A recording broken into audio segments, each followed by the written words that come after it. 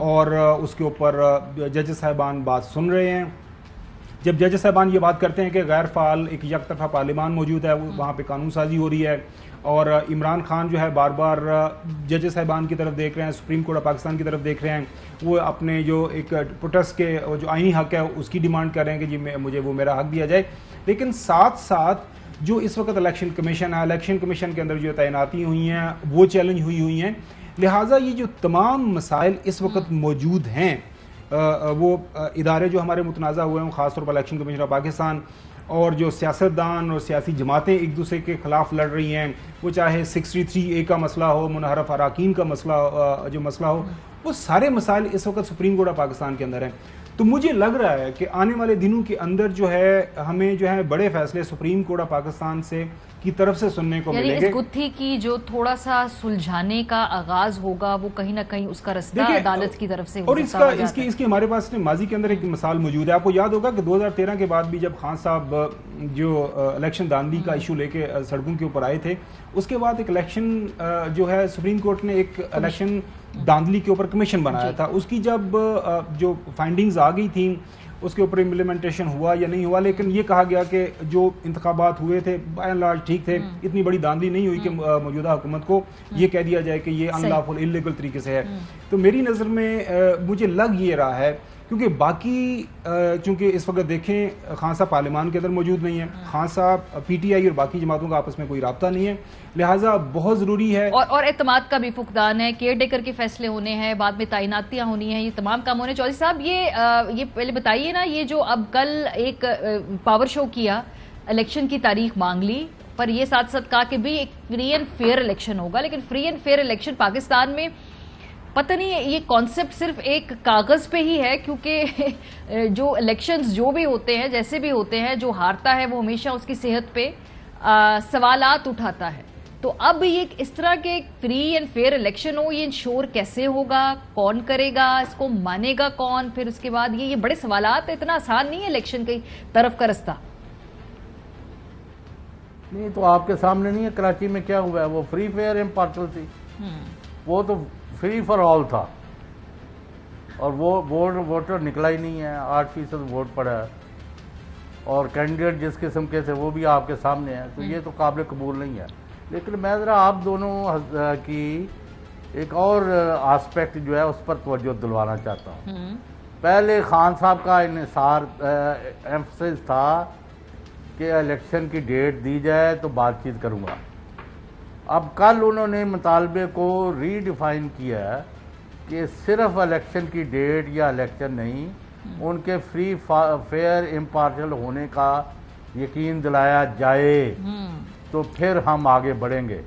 تو ہمارے پاس جو اطلاعات ہیں کہ ایک تو محمد اعجاز الحق ضیاء شہید پارٹی جو ہے مسلم لیگ اس کے سربراہ ہے, اور وہ آج کل عمران خان کے الائی کے طور پر بھی ان کے ساتھ ہیں. پچھلا الیکشن بھی انہوں نے مل کے لیے لڑا تھا جی. تو وہ پرسوں دوبارہ ملے ہیں عمران خان صاحب سے, اور اس کے بعد کچھ افواہیں گردش کر رہی تھی. وہ جو افواہیں پھیلائی گئی تھی وہ تو غلط تھی کہ جی کہا گیا ہے کہ جی آپ اس امریکن سازش اور ڈاکومنٹ جو ادھر سے آیا تھا اس کا ایشو نہ چھیڑیں تو باقی آپ کے مطالبے جو ہے وہ قابل قبول ہے. تو ایسی بات کوئی نہیں ہوئی تھی. اور اب یہ ہے کہ الیکشن کرانے کی جو بات ہے یہ تقریباً ہو رہی ہے, اور عمران خان صاحب بھی یہ سمجھتے ہیں کہ ہمیں ریاستی اداروں کو اور ملک کی سیاسی قوتوں کو مل کر چلنا پڑے گا. جس طرح انہوں نے دلدل میں پھینک دیا ہے موجودہ PDM حکومت نے, اس کو نکالنے کے لیے ایک ہرکولین ایفرٹ کی ضرورت ہوگی. تو یہ میں آپ کو کہہ رہا ہوں کہ کسی نہ کسی سطح پر میننگ فل ڈائیلاگ جو ہے وہ عمران خان کا اور مختلف قوتوں کا چوائس ابھی کتنا سیریس ڈائیلاگ ہے, اس سے پہلے بھی اس کے نتیجے میں ان کو الیکشن کی تو یقین دہانی کرا دی گئی ہے. اب وہ کہتے ہیں کہ یہ جو الیکشن کمیشن ہے یہ مجھے قابل قبول نہیں ہے, اور اس کا اب سپریم کورٹ کے چیف جسٹس جو ہے, جیسے ابھی خاور کہہ رہے تھے کہ وہ اپنا وہاں بلائیں سب کو اور ایک کمٹمنٹ لیں کہ یہ ہوگا اور یہ نہیں ہوگا. اچھا میرے پاس بھی ایک الیکشن چوہدری صاحب اس حوالے سے ہماری خبر یہ ہے بنیادی طور کے اوپر کہ کل اگر آپ نے خان صاحب کا وہ جلسہ تقریر سنی ہے تو وہ ایک امیجیٹ ریئیکشن یہ ہوتا ہے کہ خان صاحب کو اتنا وہ تھریٹننگ دھمکیوں والا کہ جی میں بالکل آ رہا ہوں اور بالکل جو ایسے لگ رہا تھا جیسے جو بڑے بڑے ایک آرام کے ساتھ کو ان کے بیک آف ہز مائنڈ کچھ چیزیں چل رہی ہیں. جو تھوڑی بہت اطلاعات ہمارے پاس آ رہی ہیں فی الوقت معیشت کو سامنے رکھتے ہوئے بجٹ آپ کے سر پہ کھڑا ہوا ہے. آج بھی آپ نے ڈالر دیکھا کس نہج پہ پہنچ گیا ہے. جو میسیجنگ ہو رہی ہے فی الوقت وہ یہی ہے کہ یہ بجٹ کا جو معاملہ ہے یہ 26-27 موجودہ مہینے یہ جاری ہے, اس میں اس کا کوئی حل نکل آئے گا IMF کے ساتھ بھی جو بھی آپ کی ڈیل شیل ہونی ہے.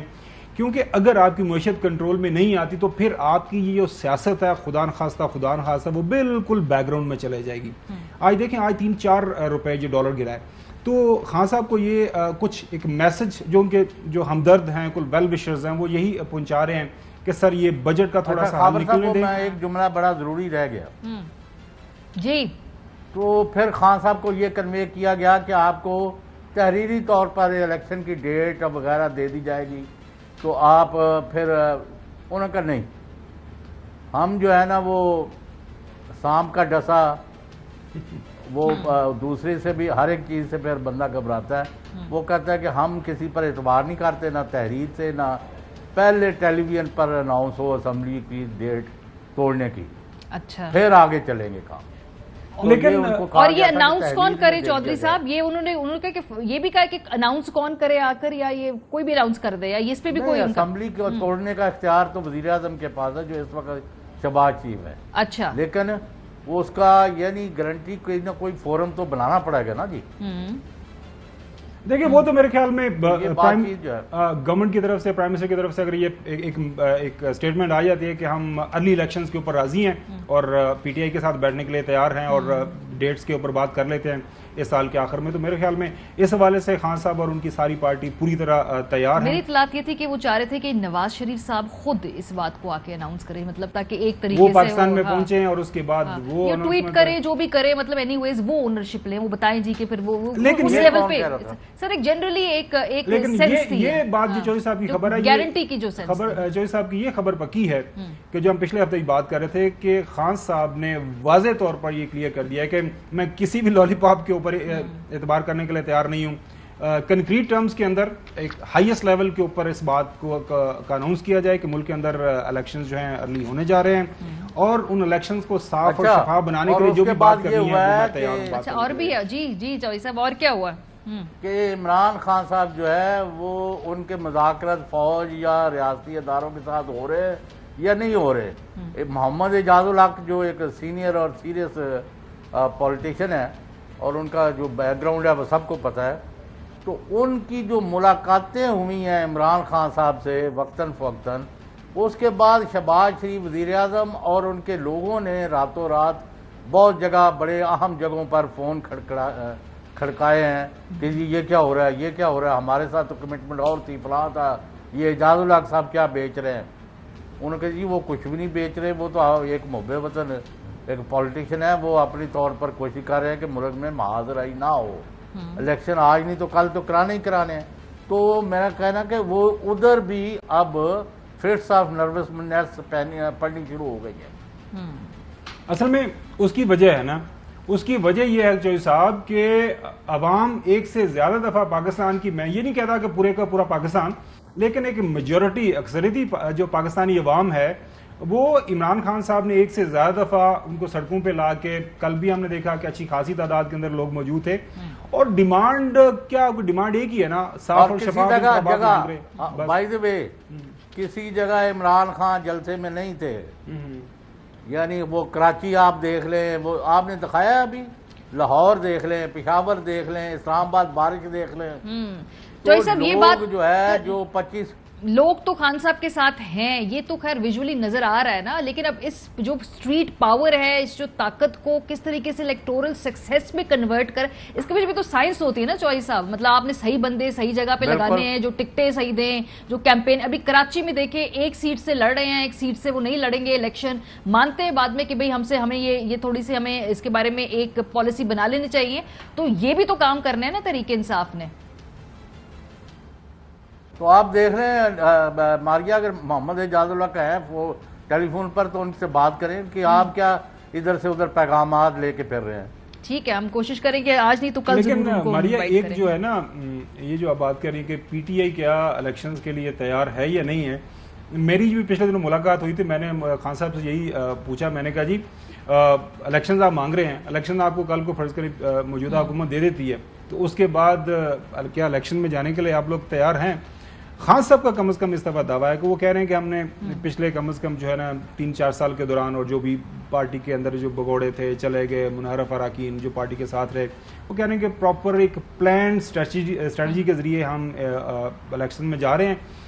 اس بار جو ہے ہمیں اگر کوئی یہ کہے گا کہ جی آپ تیار نہیں ہیں، یا ہمارے پاس یہ بہانہ نہیں ہوگا کہ الیکشن میں جانے سے پہلے ہمارے پاس وقت نہیں تھا، ہم ہیں. البتہ دیکھنا پڑے گا کہ کتنا فار گریبز. ایگزیکٹلی. لیکن ابھی آپ ادھر وہ دیکھ لیجئے ان کی جو تنظیم سازی ہے وہاں پہ جو ان کی جس طرح سے بائیکاٹ کر دیا ہے، ایک جگہ بائیکاٹ کر دیا ہے، اور اندازہ ہوا کہ نہیں کرنا چاہیے تھا، اب دوسری جگہ الیکشن لڑنے لگے ہیں. پھر جو وہاں پہ ان کی جو لوکل ساری قیادت ہے، ان کو بعد میں کیوں اندازے ہوتے ہیں خاور گمن صاحب؟ وہ اصل میں مسئلہ یہ تھا کہ انیشلی وہی مسئلہ پتہ کیا چوہی صاحب، مسئلہ یہ ہے خان صاحب کے ساتھ کہ خان صاحب کو اتنی زیادہ اطراف سے ڈفرینٹ لالی پاپ جو دیے جاتے ہیں، اور وہ بیچارے معصوم آدمی ہیں، شریف آدمی ہیں، وہ ہر لالی پاپ کے اوپر اس سے پہلے یقین کر رہے تھے. وہ 25 تاریخ کا جو لانگ مارچ تھا، اس دن بھی ایک لالی پاپ تھا کہ آپ کے اسلام آباد پہنچنے سے پہلے کچھ اناؤنسمنٹ ہو جائے گی. یہ بھی خبریں چل رہی تھیں کہ جناب اعلیٰ معاملہ طے ہو گئے، اب تو سمجھے کہ آپ پلیٹ میں رکھ کے آپ کو الیکشن دے دیا جائے گا. اچھا، میں ایک بات کرنا چاہتا ہوں آن لائٹر سائڈ. جی جی. یہ عمران خان کے بارے میں نا بہت سارے لوگوں کو بڑی غلط فہمی ہے. مثلا جب ان کا فرض کریں کوئی ان کا اپنا ایک اینگل نہ ہو، ان سے میں پوچھوں کہ ماریہ میمن کے بارے میں آپ کا کیا ویو ہے، تو وہ کہیں گے بھئی یہ تو بہت زبردست ہے، انہوں نے وہاں سے نیوز اینکرنگ سے شروع کر کے ایک سیزن بن گئی ہے، اور بڑی نہ فالتو گفتگو کرتی ہیں، نہ بےزتی کرتی ہیں، اپنی بات کرنا ان کو سلیقہ طریقہ آتا ہے. یہ پتہ نہیں چلتا کہ یہ کس کی طرف ہے، زیادہ ہمارے خلاف ہے، فلاں فلاں. اس کے بعد خاور گمن کا بالکل پین پکچر آپ کو پیش کر دیں گے. اس کے بعد غلام حسین، ان کو بڑی دفعہ لوگوں نے کہا 10 سال میں کہ چوہدری صاحب آپ کی بڑی حمایت کرتے ہیں. انہوں نے کہا نہیں، ان کے اپنے ایک نظریات ہیں، وہ ہمیں سوٹ کرتے ہیں.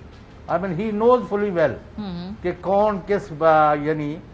لیکن جب ان کو فیصلہ کرنے لگتے ہیں تو کس طرح لوگ ان سے ڈنڈی مروا دیتے ہیں، that I do not understand. ہاں، جو کان میں آ کے کچھ بھی پھونک دے، پھر وہ خان صاحب میرے خیال ہے وہ یقین جلدی کر لیتے چوائس کہ ایسے ہی. آپ تو بہتر جانتے ہیں نا انہیں ہم سے. یہ صحیح بات ہے. نہیں، میں نے بڑا کہا ہے، میں اتنا حیران ہوتا ہوں کہ اتنا وہ ڈیٹیلڈ انالیسس کرتے ہیں سچویشن اور انڈیویجولز کے بارے میں کہ بندہ دنگ رہ جائے کہ یہ اتنی ان کے پاس انفارمیشن بھی ہے. مثلا اگر آپ پوچھیں کہ اسد عمر، بالکل وہ بھی، شاید شاہ محمود قریشی، فواد چودھری، شہباز گل، کسی کا نام لے لیں، میں بڑی جانداری سے آپ کو بتا رہا ہوں. لیکن جہاں وہ پھنس گئے آ کے کہ یہ خاور گمن نے ان کو پٹی پڑھا دی، یہ عثمان بزدار جو ہے یہ ہم سے اچھا کون ہے. میرے خیال میں اب ان کے پارٹی والوں کو بھی امید ہے، اور خان صاحب خود بھی یہ دعویٰ کرتے سنائی دیتے ہیں. البتہ جو آن گراؤنڈ ہے وہ تو چیزیں جب تک نظر نہیں آئیں گے تب تک تو ہم تو بات کرتے رہیں گے. ماریہ بالکل ٹھیک بات کر رہی ہے. کراچی کے اندر جو حالیہ آپ دیکھتے ہیں اگلا الیکشن ایک لٹمس ٹیسٹ ہے جی. آپ کو کل ہی الیکشن چاہیے، تو پھر وہ الیکشن کی تیاری اور ایکسپیکٹیشنز کے درمیان جو ہمیں وہ فرق ہے وہ نظر نہیں آنا چاہیے. بریک پہ جائیں گے، واپس آئیں گے. آج ایک اور پریس کانفرنس کی پاکستان تحریک انصاف نے، خاص طور پہ جو نیب میں قوانین کو جو نافذ العمل ہوئے ہیں اس حوالے سے NRO2 دوبارہ دیا گیا ہے. کون کون اس سے مستفید ہوا ہے، بریک کے بعد بتائیں گے آپ کو. ہمارے ساتھ رہیے.